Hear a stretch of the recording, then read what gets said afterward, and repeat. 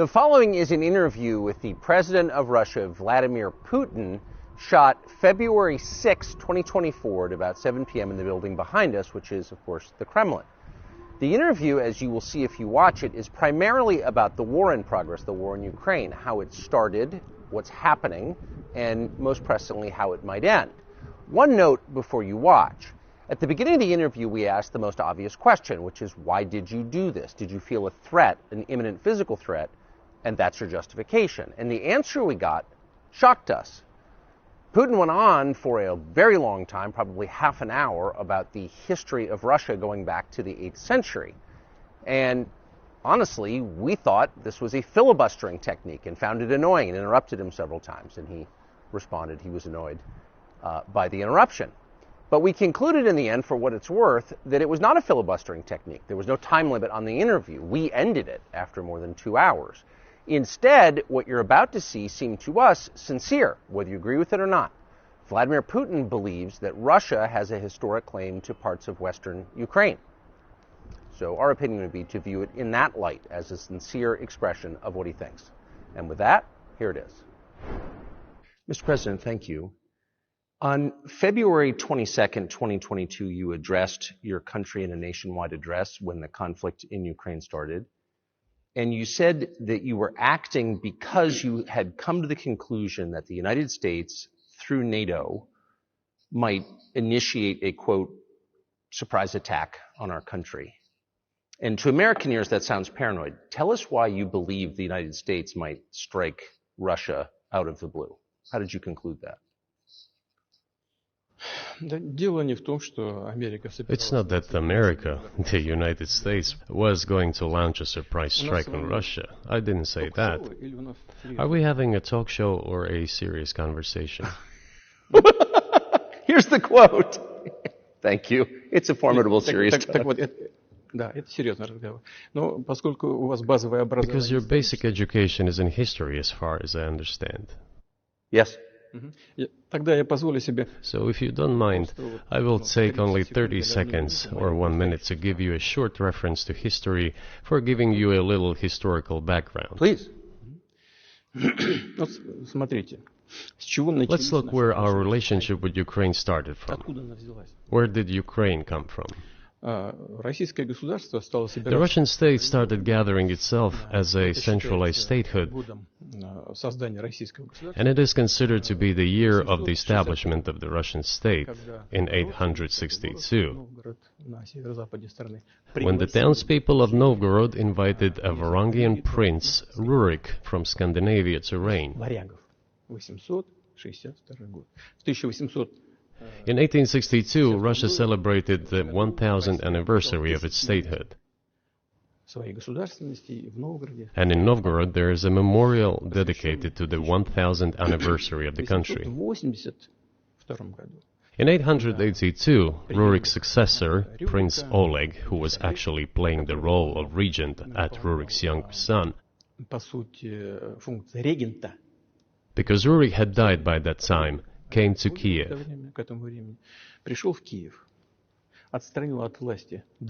He ousted two brothers who apparently had once been members of Rurik's squad.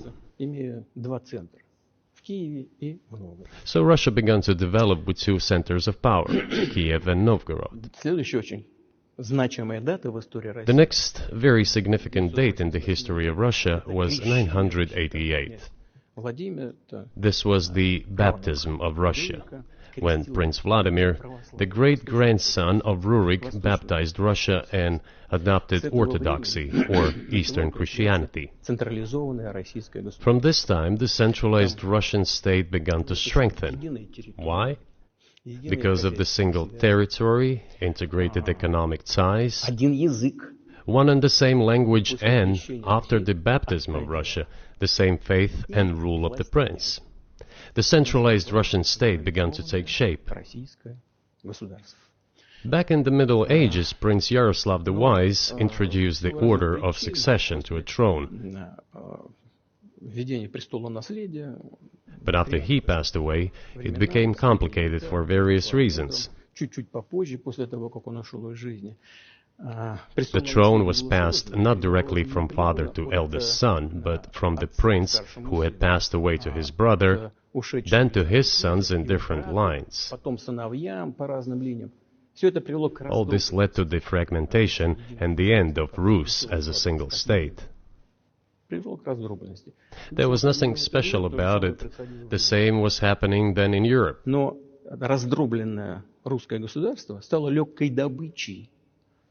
But the fragmented Russian state became an easy prey to the empire created earlier by Genghis Khan.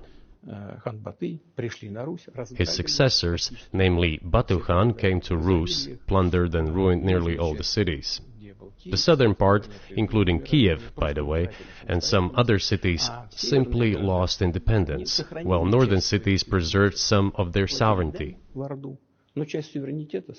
They had to pay tribute to the horde, but they managed to preserve some part of their sovereignty. And then a unified Russian state began to take shape with its center in Moscow. The southern part of Russian lands, including Kiev, began to gradually gravitate towards another magnet, the center that was emerging in Europe.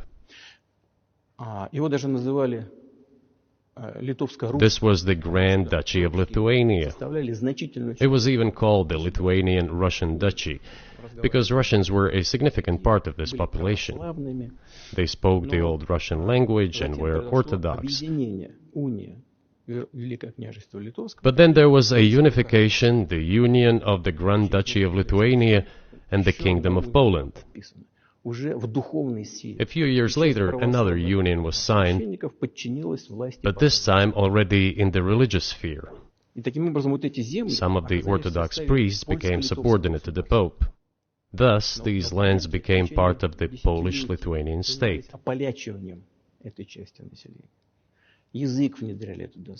During decades, the Poles were engaged in Polonization of this part of the population.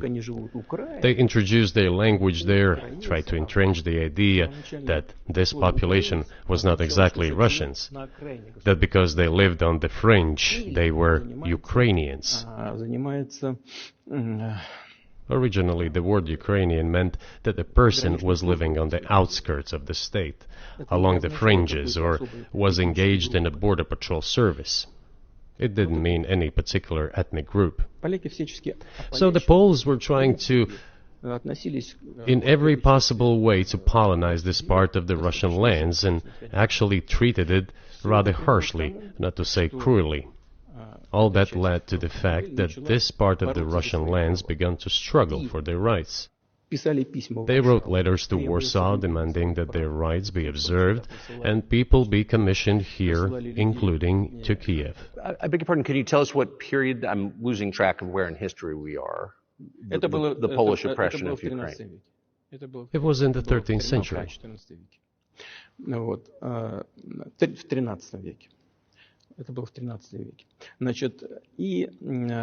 Now I will tell you what happened later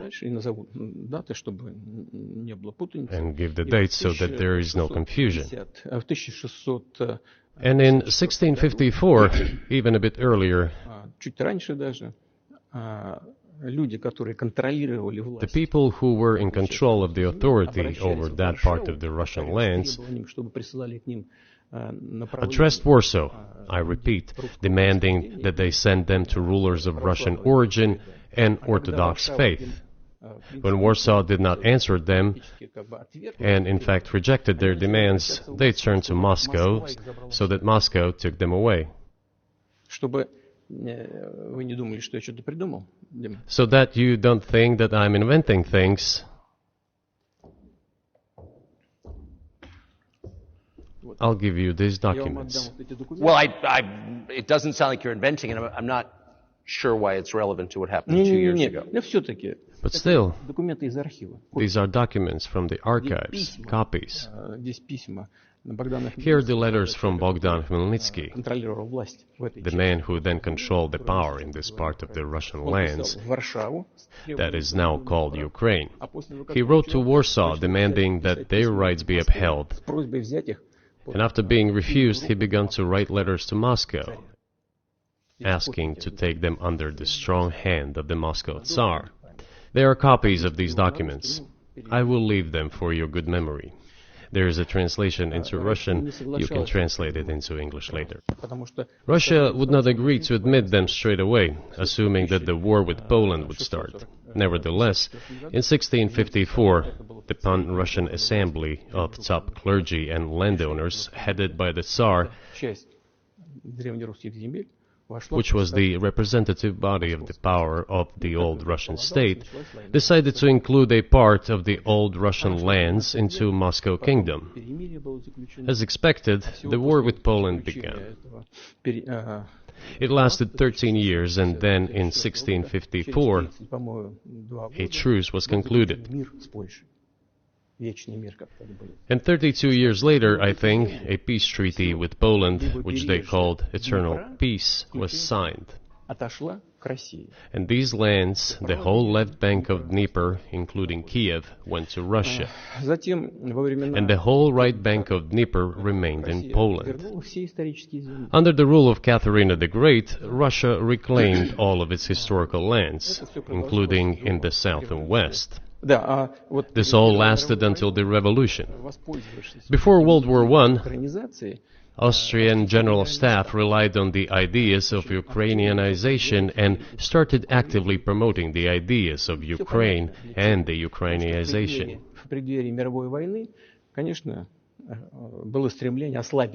Their motive was obvious. Just before World War I, they wanted to weaken the potential enemy and secure themselves favorable conditions in the border area.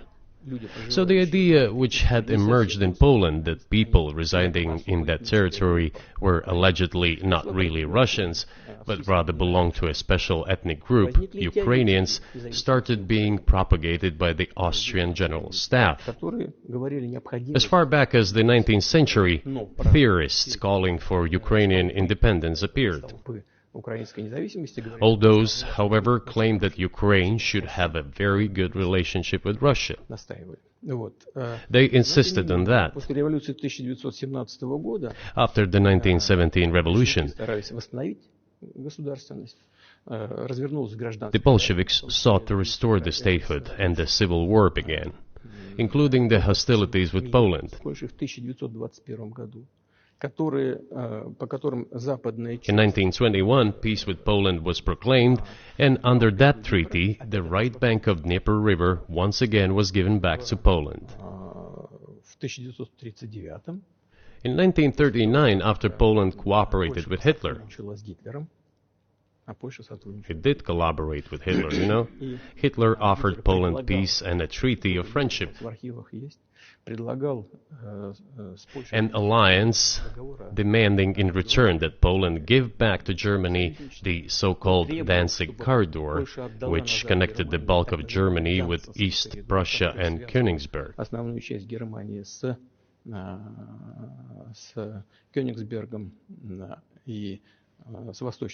After World War I, this territory was transferred to Poland, and instead of Danzig, a city of Dansk emerged.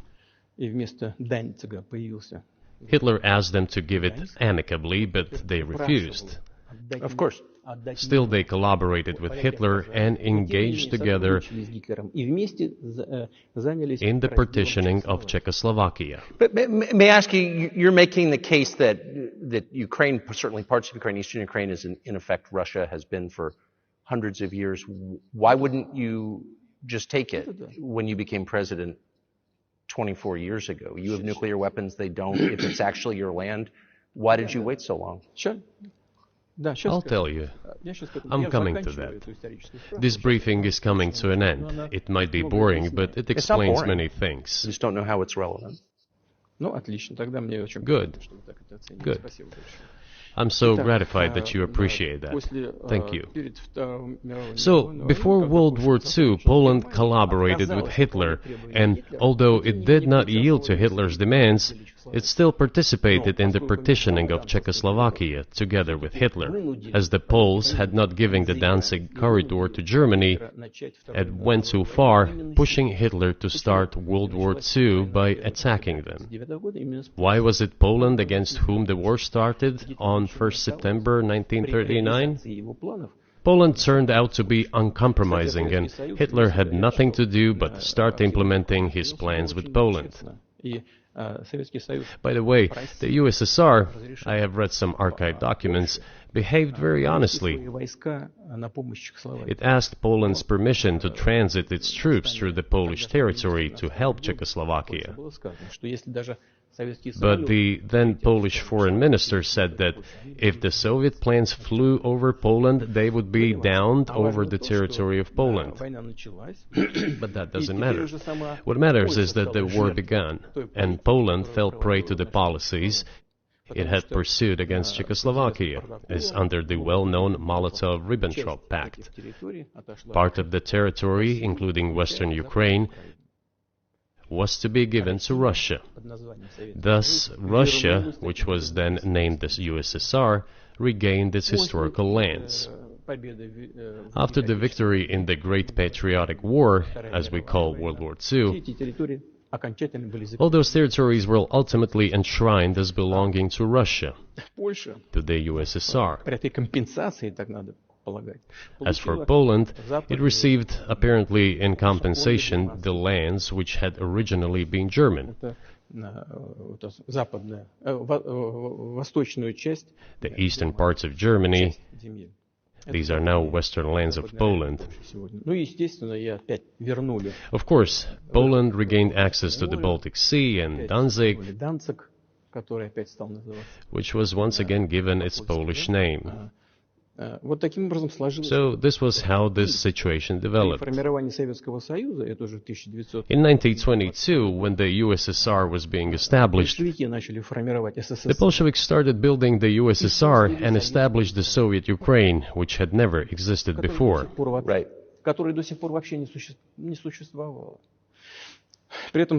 Stalin insisted that those republics be included in the USSR as autonomous entities. For some inexplicable reason, Lenin, the founder of the Soviet state, insisted that they be entitled to withdraw from the USSR. And again, for some unknown reasons, he transferred to that newly established Soviet Republic of Ukraine some of the lands together with people living there, even though those lands had never been called Ukraine, and yet they were made part of that Soviet Republic of Ukraine. Those lands included the Black Sea region, which was received under Catherine the Great, and which had no historical connection with Ukraine whatsoever. Even if we go as far back as 1654, when these lands returned to Russian Empire, that territory was the size of 3 to 4 regions of modern Ukraine, with no Black Sea region. That was completely out of the question. In 1654. Exactly. You obviously have encyclopedic knowledge of this region, but why didn't you make this case for the first 22 years as president that Ukraine wasn't a real country?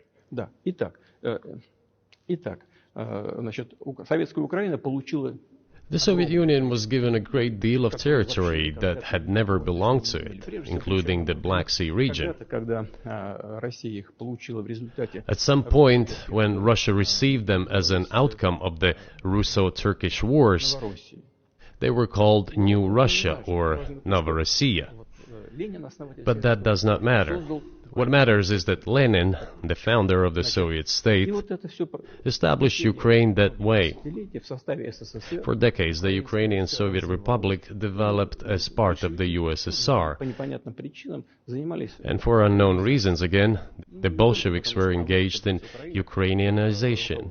It was not merely because the Soviet leadership was composed to a great extent of those originating from Ukraine. Rather, it was explained by the general policy of indigenization pursued by the Soviet Union. Same things were done in other Soviet republics. This involved promoting national languages and national cultures, which is not a bad in principle. That is how the Soviet Ukraine was created. After the World War II, Ukraine received, in addition to the lands that had belonged to Poland before the war, part of the lands that had previously belonged to Hungary and Romania. So Romania and Hungary had some of their lands taken away and given to the Soviet Ukraine, and they still remain part of Ukraine. So in this sense, we have every reason to affirm that Ukraine is an artificial state that was shaped at Stalin's will. Do you believe Hungary has a right to take its land back from Ukraine, and that other nations have a right to go back to their 1654 borders?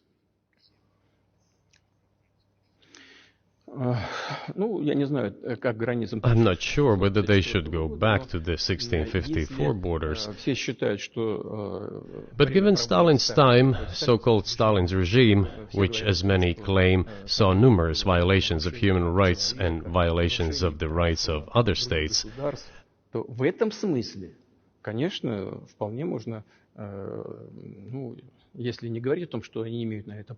one may say that they could claim back those lands of theirs while having no right to do that.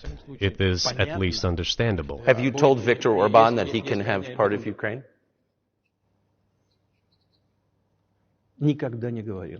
Never.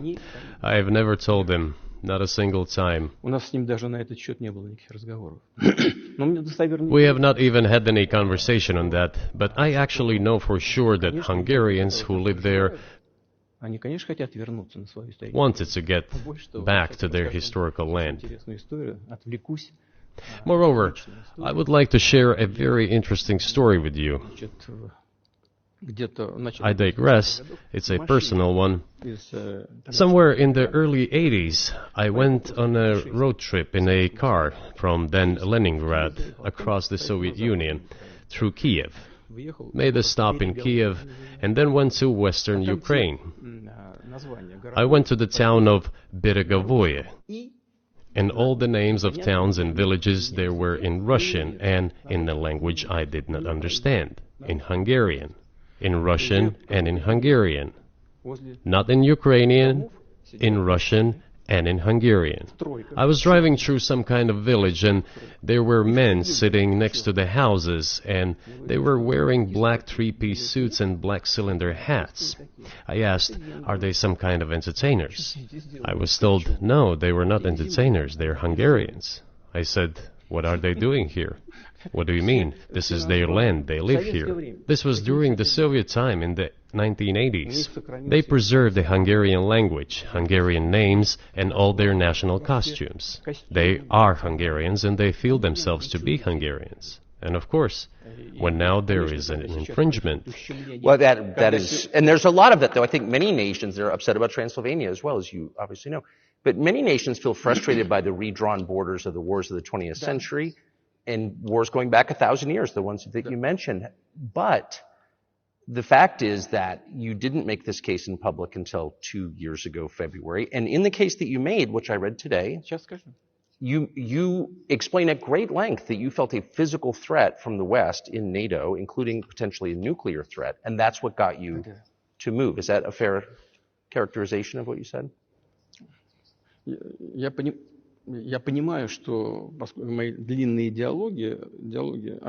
understand that my long speeches probably fall outside of the genre of the interview. That is why I asked you at the beginning, are we going to have a serious talk or a show? You said a serious talk. So bear with me, please. We're coming to the point where the Soviet Ukraine was established. Then, in 1991, the Soviet Union collapsed.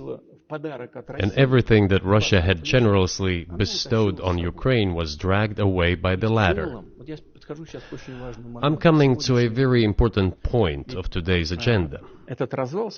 Thank you. After all, the collapse of the Soviet Union was effectively initiated by the Russian leadership. I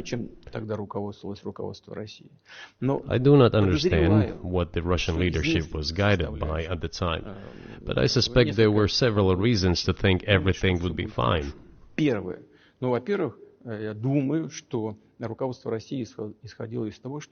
First, I think that then Russian leadership believed that the fundamentals of the relationship between Russia and Ukraine were, in fact, a common language. More than 90% of the population there spoke Russian.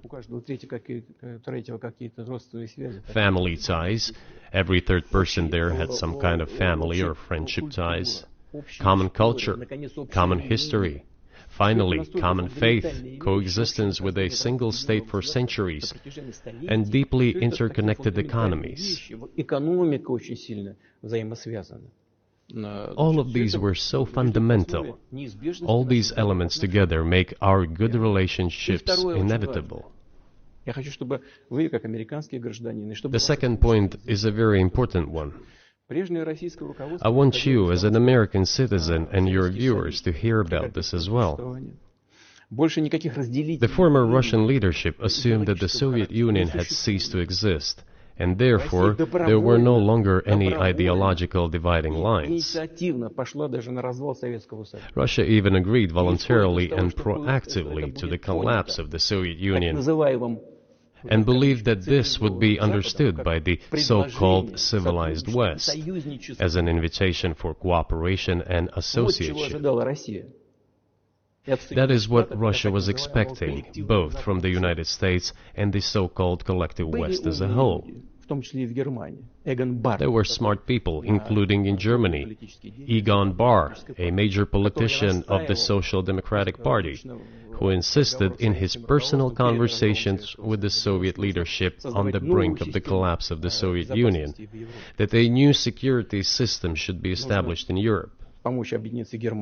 Help should be given to unify Germany, but a new system should be also established to include the United States, Canada, Russia, and other Central European countries. Yes. But NATO needs not to expand. That's what he said. If NATO expands, everything would be just the same as during the Cold War, only closer to Russia's borders. That's all. He was a wise old man, but no one listened to him. In fact, he got angry once. If, he said, you don't listen to me, I'm never setting my foot in Moscow once again. Everything happened just as he had said.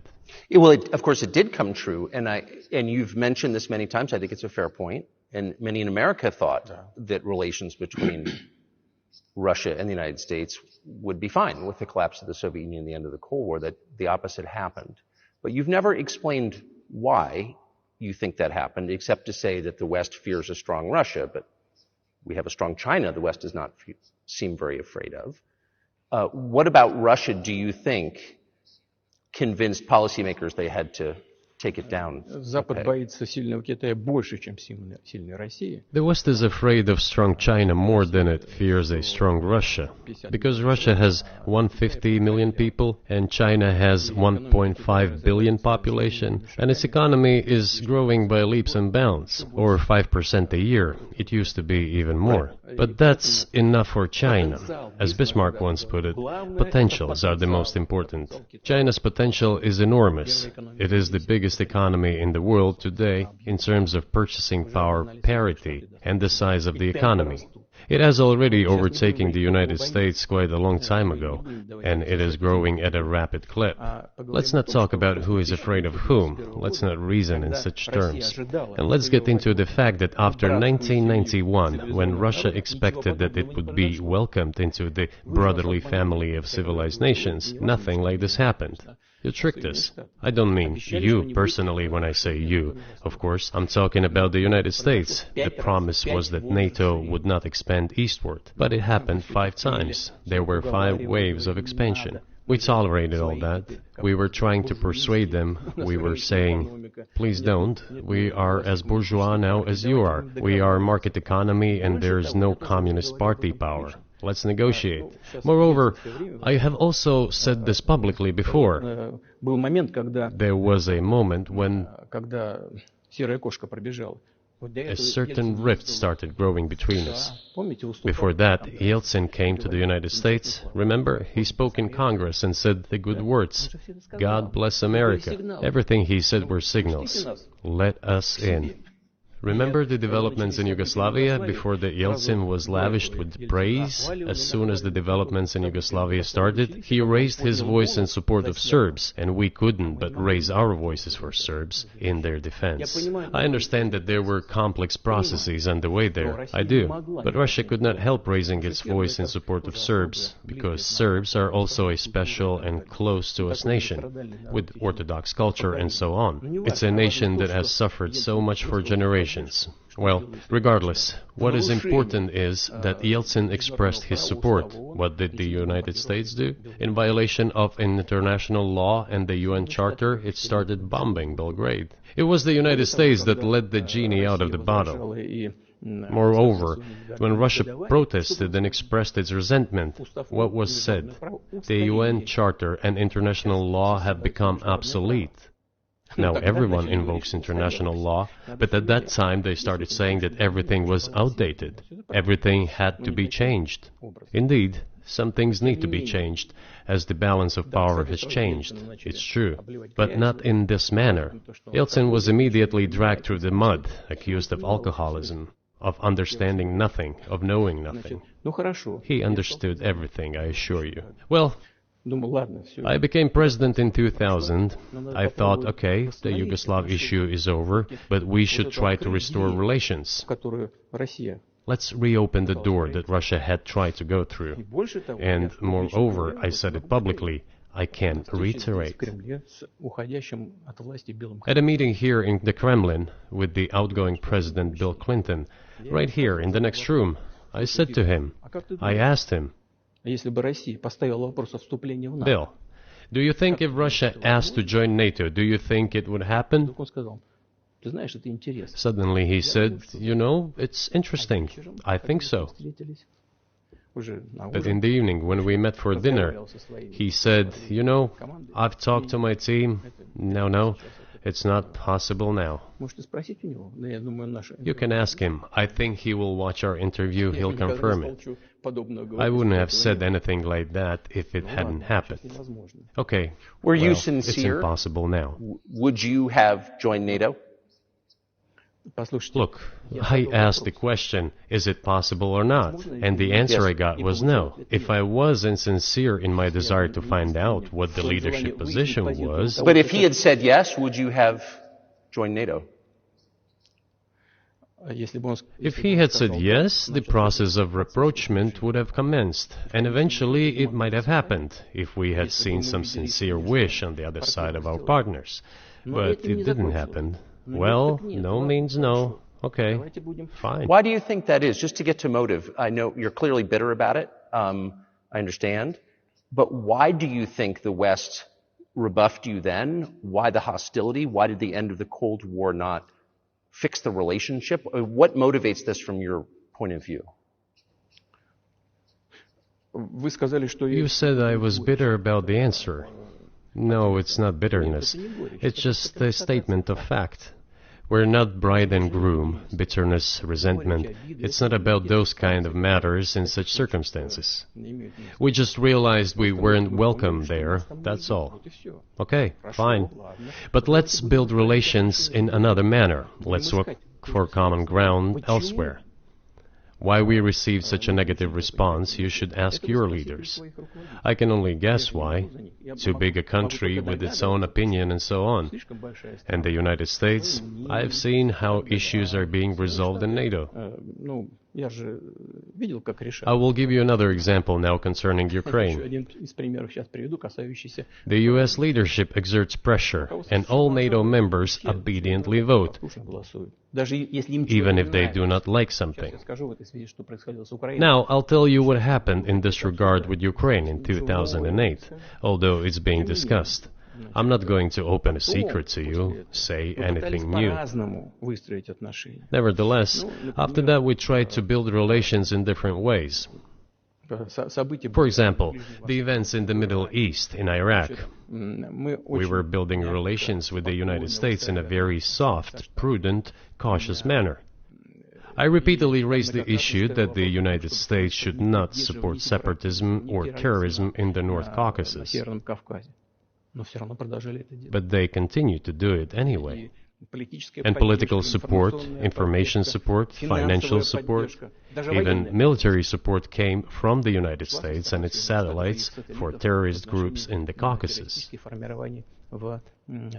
I once raised this issue with my colleague, also the President of the United States. He says, "It's impossible. Do you have proof?" I said, "Yes." I was prepared for this conversation, and I gave him that proof. He looked at it, and you know what he said? "I apologize, but that's what happened." I'll quote. He says, "Well, I'm gonna kick their ass." We waited and waited for some response. There was no reply. I said to the FSB director, "Write to the CIA, what is the result of the conversation with President?"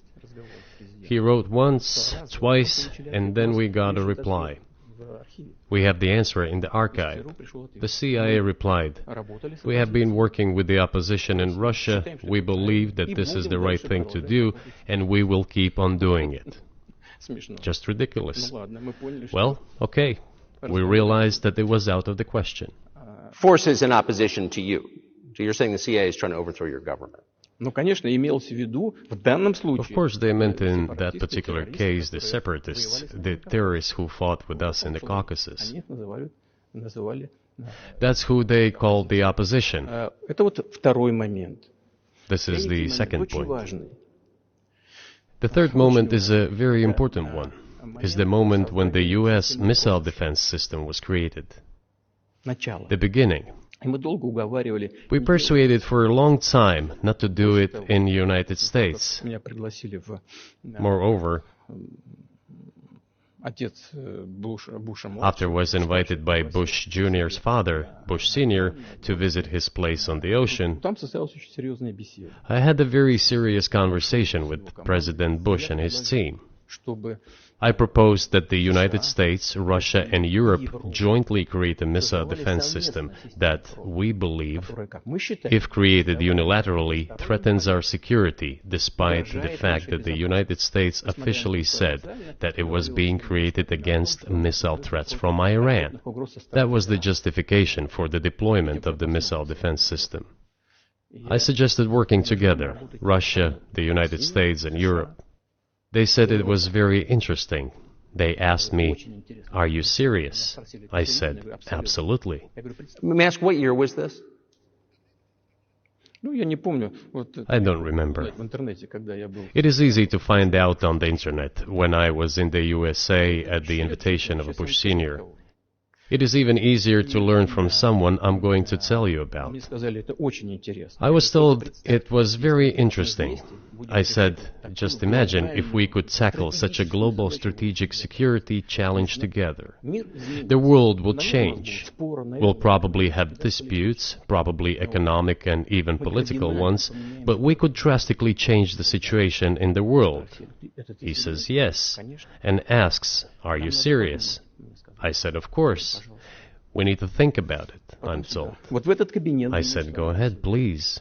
Then Secretary of Defense Gates, former Director of CIA, and Secretary of State Rice came in here, in this cabinet, right here at this table. They sat on this table. Me, the Foreign Minister, the Russian Defense Minister on that side. They said to me, "Yes, we have thought about it. We agree." I said, "Thank God, great, but with some exceptions." So twice you've described U.S. presidents making decisions and then being undercut by their agency heads. So it sounds like you're describing a system that's not run by the people who are elected, in your telling. That's right, that's right. In the end, they just told us to get lost. I'm not going to tell you the details because I think it's incorrect. After all, it was confidential conversation. But our proposal was declined. That's a fact. It was right then when I said, "Look, but then we will be forced to take countermeasures. We will create such strike systems that will certainly overcome missile defense systems." The answer was, "We are not doing this against you, and you do what you want," assuming that it is not against us, not against the United States. I said, "Okay." Very well. That's the way it went. And we created hypersonic systems with intercontinental range, and we continue to develop them. We are now ahead of everyone, the United States and the other countries, in terms of the development of hypersonic strike systems, and we are improving them every day. But it wasn't us. We proposed to go the other way, and we were pushed back. Now, about NATO's expansion to the east. Well, we were promised no NATO to the east, not an inch to the east, as we were told. And then what? They said, well, it's not enshrined on paper, so we'll expand.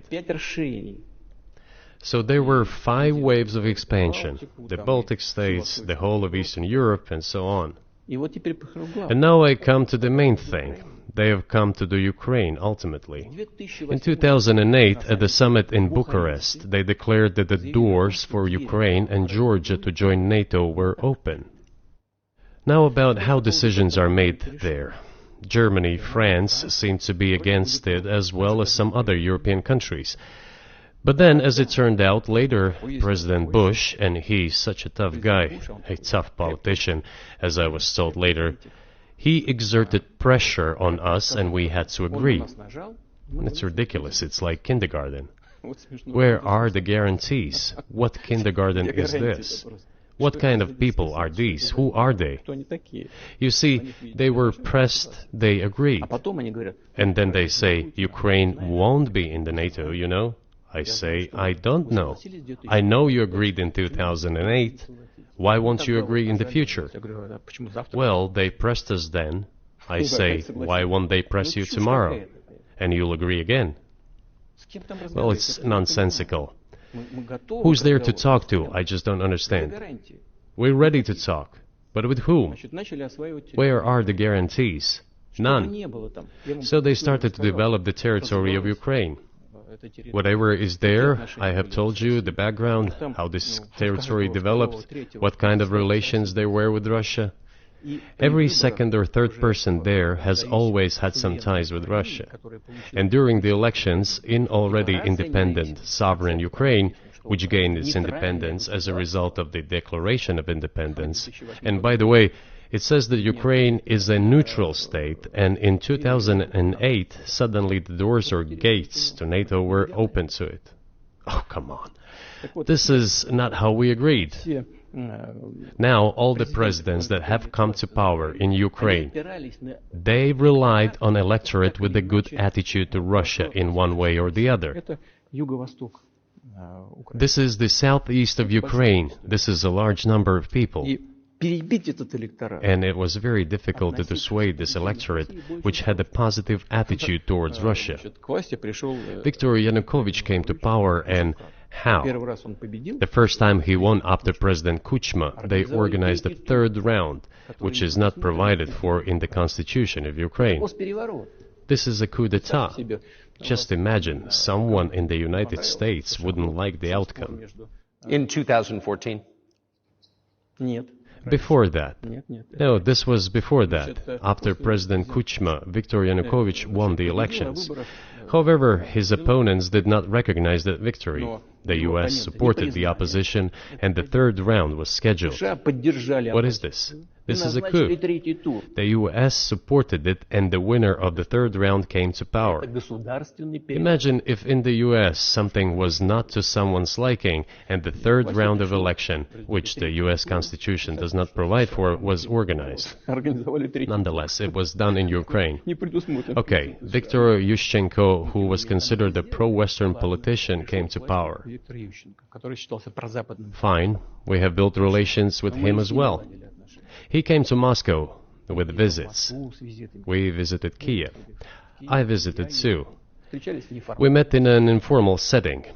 If he's pro-Western, so be it. It's fine. Let people do their job. The situation should have developed inside the independent Ukraine itself. As a result of Kuchma's leadership, things got worse and Viktor Yanukovych came to power after all. Maybe he wasn't the best president and politician, I don't know. I don't want to give assessments. However, the issue of the association with the EU came up. We have always been lenient to this. Suit yourself.